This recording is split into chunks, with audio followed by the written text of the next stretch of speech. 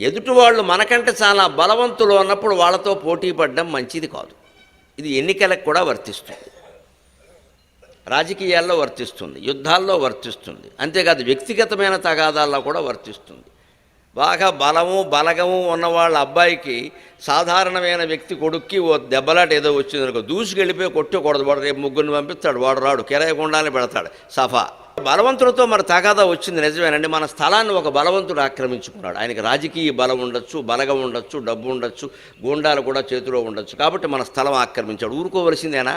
బలవంతుడితో విరోధం వద్దని అక్కల్లా. దానికి ఎప్పుడూ దివ్యమంత్రం ఉంది, భగవత్స్మరణ, భగవన్నామస్మరణ. మన ఇంట్లో పూజామందిరంలోకి వెళ్ళి పరమేశ్వరుడు ముందు కూర్చుని కరిదైత్యున్వరిగొన్న శూలము కరగ్రస్తంబుగాదో రతీశ్వరునింగల్చిన పాలలోచన శిఖావర్గంబు చలారెను పరనిందాపకులన్ వధింపవు ఇదియున్ భావ్యంబే నీకేమి చేసిరివారు పరమోపకారమిలలో శ్రీకాళహస్తీశ్వరా.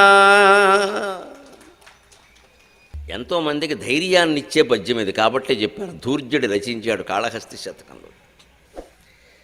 ఒక బలవంతుడితో మనకి విరోధం వస్తే, అన్యాయం జరిగితే, మనకు అన్యాయం జరిగితే అనవసరంగా మనం తెచ్చిపెట్టుకోకూడదు. ఎప్పుడు వచ్చి జరుగుతుంది. వాడు మన స్థలం ఆక్రమించాడు, పొలం ఆక్రమించాడు, ఏదో చేశాడు. చివరి ఆక్రమించి ఏమంటారు ఈ రోజుల్లో? సెటిల్మెంట్కి రా. ఎవడు రావాలి సెటిల్మెంట్కి? నువ్వా నేనా? నా స్థలం నువ్వు ఆక్రమించి నన్ను రమ్మంటావు. అలాగే ఉంది రాజ్యం, ఉంటుంది. ఇటువంటిప్పుడు మనిషి ఏం చేయాలి? సామాన్యుడు. నా ఆధ్యాత్మికత అభయం ఇస్తోంది. భగవంతుడు ఉన్నాడు, కంగారు పడకు, కూర్చో, పూజామందిరంలో కూర్చో. నీ ఇష్టదైవం ఎవరైతే వాడి కాళ్ళు పెట్టుకో, విగ్రహం కాళ్ళే పట్టుకో. విగ్రహం అనుకోవద్దు, విష్ణువు అంతే. నేనేం తప్పు చేశాను? కష్టపడి సంపాదించుకున్నా, చెమటోడి సంపాదించుకున్నా. ఎందుకు నా బిడ్డలకి ఆస్తి దక్కట్లా? ఊళ్ళో ఎవడో నాయకుడు వచ్చి నన్ను మింగడం ఏంటి? నువ్వేం చేస్తున్నావు ఇక్కడ ఇన్నాళ్ళ బట్టి ఆరాధిస్తుంటే అని అడగాలి దేవుడు. ఏం మొహమాటం లేదు. మన తప్పు లేనప్పుడు. మనదే తప్పు ఉంటే ఎలా అడుగుతాం? చిత్తశుద్ధి అంటారు దాన్ని. చిత్తశుద్ధి ఉంటే అడగచ్చు. ఏదో ఒకటి చెయ్యి. దానికి దుర్జుడు చెప్పాడు, ఖరీదైత్యున్ పొరుగున్న శూలము కరగ్రస్తంబు కాదో. ఏం పరమేశ్వర, గజాసురుని చంపావుట శూలంతో. ఏమైంది శూలం? ఎనపకొట్లో పారేసావా అని అడిగాడు. తుప్పట్టి ఎనపకొట్లో పారేసావా? ఏం చేసావు? ఎందుకని మీ దేవతలకు ఆయుధాలు మమ్మల్ని కాపాడ్డాను. కాకపోతే ఇది దుర్జుడు అడిగిన ప్రశ్న. ఎంత గట్టిగా అడిగాడు? చిత్తశుద్ధి ఉండబట్టి. రతీశ్వరుని గల్చిన పాలలోచన శిఖావర్గంబు చల్లారెనో. మన్మధుడినేమో కంటి మంటతో దహనం చేసేవాట. మరి నేను భక్తుడు, నేను ఇక్కడ ఏడుతుంటే నా స్థలం ఆక్రమించేవాడిని దహనం చేసేయద్దు, వాడు కుటుంబంతో సహా మాడి మసేయపోవద్దు, ఏం చేస్తున్నావు ఇక్కడ అని దేవుడిని ప్రశ్నించాలి. ఆ ధైర్యం ఉండాలంటే మనం నీతిగా ఉండాలి, మనం ధర్మంగా ఉండాలి. మనమే ఇతరులు ఆక్రమించేసి మనం ఆక్రమించినప్పుడు గొడవ చేస్తే దేవుడు మా బాగా జరిగిందంట.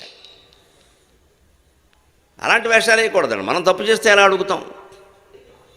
లేదు, ఉన్నవాడే ప్రశ్నిస్తాడు. దుర్జుడు ఉంది కాబట్టి ప్రశ్నించాడు. అందుకని ఎప్పుడూ మనిషి వ్యవహరించవలసింది ఏమిటంటే, బలవంతుడితో శత్రుత్వం పెట్టుకోవద్దు. కావాలి కానీ పెట్టుకోవాళ్ళు వస్తే మన వల్ల కాకపోతే హాయిగా దేవుడి దగ్గర కూర్చొని, నాయనా నేను చేయగలిగింది చేశాను, ప్రాణం అర్పించడానికి సిద్ధంగా ఉన్నాను, నన్ను కాపాడడానికి నువ్వే ఉన్నామంటే అనాథనాథుడు, దీనరక్షకుడు భగవంతుడు వచ్చి తీరతాడు. మొత్తం వాడికి ఏ రకంగా గుణపాఠం చెప్పాలో ఆ రకంగా చెబుతాడు. అటువంటి వాడిని ఒకటి మన మిత్రుడిని ఆ రోజు అమెరికా నుంచి అనపర్తికి దింపేస్తాడు. ఇక్కడికి వాడు వస్తాడు అనుకోకుండా, ఎందుకు వచ్చేవారు అంటే ఏదో పనుడు వచ్చానరా అంటాడు. వాడికి అప్పగిస్తే మొత్తం చూసుకుంటాడు ఆ విషయాలు. వాడి సంగతి నేను చూసుకుంటాను అంటాడు. ఇప్పుడు అమెరికా నుంచి అర్జెంటుగా మన మిత్రుడు ఎందుకు వచ్చారండి? వెంకటేశ్వర స్వామి దయ. అంతే, మన దయ కాదు అది. కానీ మనం ప్రార్థించకుండా ఎలా జరుగుతుంది? డాక్టర్ గారి దగ్గరికి వెళ్లకుండానే వైద్యం చేయమంటే అలాగే వెళ్ళాలి, చేయి చూపించాలి కదా. ఏమి వెళ్లకుండానే వైద్యం చేయండి అంటే ఏం చేస్తాడు ఆయన? భగవంతుడైనా అంతే, ప్రార్థన చేయాలి కదా.